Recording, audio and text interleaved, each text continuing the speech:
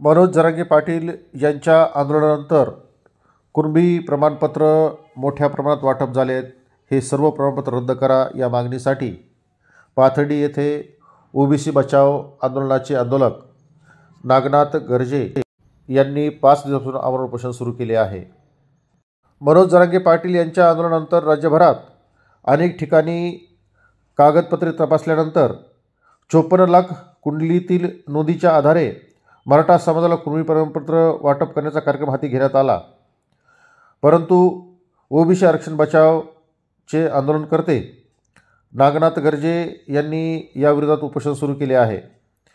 त्यांनी मनोज जरांगे पाटील यांच्या आंदोलनामुळे जे कुणबी प्रमाणपत्र वाटप झाले ते तात्काळ रद्द करावेत अशी मागणी लावून धरली आहे। यासाठी ओबीसी समाज त्यांच्या बाजूने एकवटल्याचे चित्र पाहायला मिळत आहे। जोपर्यंत हे कुणबी प्रमाणपत्र रद्द होत नाही तोपर्यंत आपण आंदोलन मागे घेणार नाहीत व उपोषण चालूच राहील अशी भूमिका नागनाथ गर्जे यांनी घेतली आहे। ऐकू त्यांची प्रतिक्रिया, नेमकं काय म्हणणं आहे त्यांचं ते।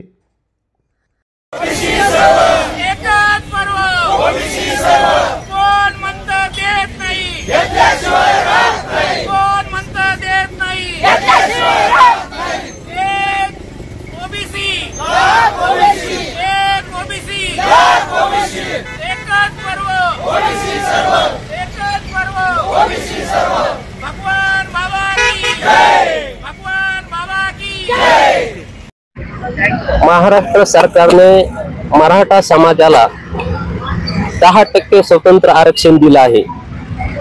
परंतु हे 10% आरक्षण देण्यापूर्वी महाराष्ट्र शासनाने मराठा समाजाला सरसकट कुणबी दाखले देण्यासाठी अख्खं प्रशासन कामाला लावलं होतं। जर तुम्हाला मराठा समाजाला स्वतंत्र आरक्षण द्यायचं होतं तर हे कुणबी दाखले कशासाठी दिले? म्हणजे मराठा समाजाला एकीकडे कुणबी दाखले देऊन ओबीसीतूनही आरक्षण द्यायचं आणि एकीकडे स्वतंत्र 10% आरक्षण द्यायचं।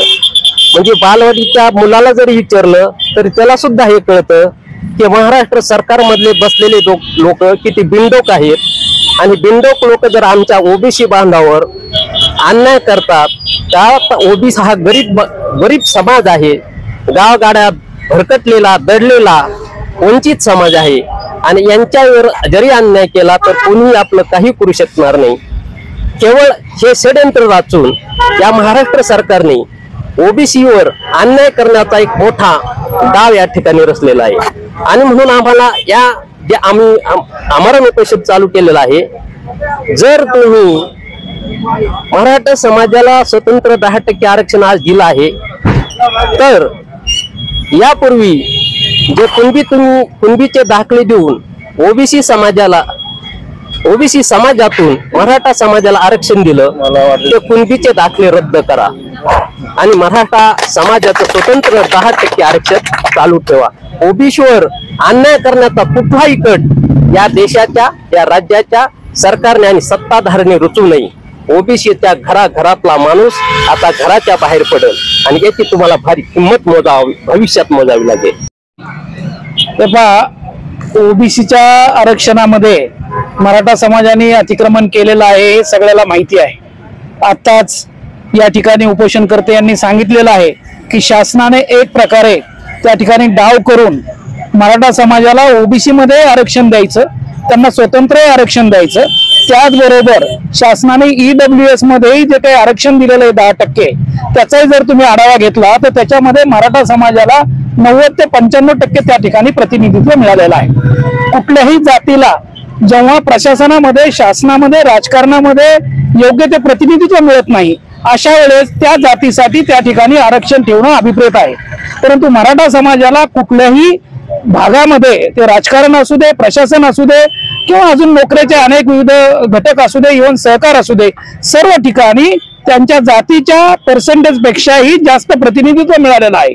तरीही त्यांना आरक्षण देण्याचा शासनाचा त्या ठिकाणी शासनाचा निर्णय झालेला आहे। त्यांची तरीही समाधान झालेलं नाही। त्यांचं मराठा समाजाचं असं म्हणणं आहे की आम्हाला जे स्वतंत्र आरक्षण दिलेलं आहे ते स्वातंत्र्य न देता ओबीसी मधूनच दिलं गेलं पाहिजे आणि त्यासाठी त्यांच्या जे काही आताच्या मागण्या आहेत, आंदोलन आहेत, सुरू आहे। त्याचबरोबर महाराष्ट्र शासनाने 26 जानेवारीला जी काही अधिसूचना काढलेली आहे त्याच्यामध्ये सगळे सोयऱ्याचा जो काही उल्लेख केलेला आहे आणि त्यासाठी त्यांची मागणी त्यांनी लावून धरलेली आहे की सगळे सोयऱ्याचा हा जी काही अधिसूचना आहे त्याचं कायद्यामध्ये रूपांतर करा आणि ते जर कायद्यात रूपांतर जर झालं तर जवळजवळ संपूर्ण मराठा समाजाला त्या ठिकाणी ओबीसी मध्ये आरक्षण मिळणार आहे. म्हणजे आता सध्याचा जो काही ओबीसी समाज आहे याच्यामध्ये आरक्षणामध्ये ओबीसीच्या त्यापेक्षाही जास्त संख्या ही मराठा समाजाची त्या ठिकाणी येणार आहे आणि साहजिकच जी काय आम्हाला आमच्या ताटातली भाकरी आहे त्याच्यामध्ये अर्ध्यापेक्षा जास्त त्यांचा वाटा होणार आहे. आमची भाकरी ते विस्कावून घेणार आहेत. म्हणूनच आमचं या ठिकाणी मागील कीर्तनवाडीपासून भगवानगडाच्या पायथ्यापासून हे जे काही आंदोलन सुरू झालेलं आहे त्या ठिकाणी प्रल्हाद कीर्तने यांनी 11 दिवस त्या ठिकाणी आमरण उपोषण केलं. सर्व राजकीय मंडळी आणि त्यांना खूप आग्रह करून ते आरक्षण त्या ठिकाणी त्यांना सोडावं लागलं. परंतु ते सोडत असताना असा निर्णय झाला होता की प्रल्हाद कीर्तने यांचं जरी उपोषण त्या ठिकाणी थांबलं तरी पुढचा आमचा ओबीसीचा योद्धा लगेच उपोषणाला सुरुवात करेल. त्यानुसार नागनाथ गर्जे यांनी या ठिकाणी उपोषण सुरू केलेलं आहे. त्याचा 5वा दिवस आहे. परंतु अजूनही प्रशासन शासन पाहिजे तशी दखल घेत नाहीये आणि आमच्या अजूनही मागण्या मान्य केलेल्या नाहीत. त्यामुळे आम्हाला हे आमचं आंदोलन अजून तीव्र करावं लागेल.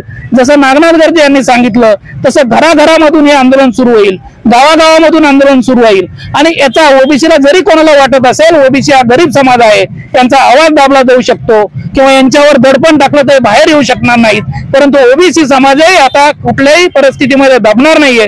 तो रस्त्यावर उतरल्याशिवाय राहणार नाही आणि जोपर्यंत आमच्या मागण्या मान्य होत नाहीत तोपर्यंत आम्ही आमचा असाच लढा सुरू ठेवणार आहोत.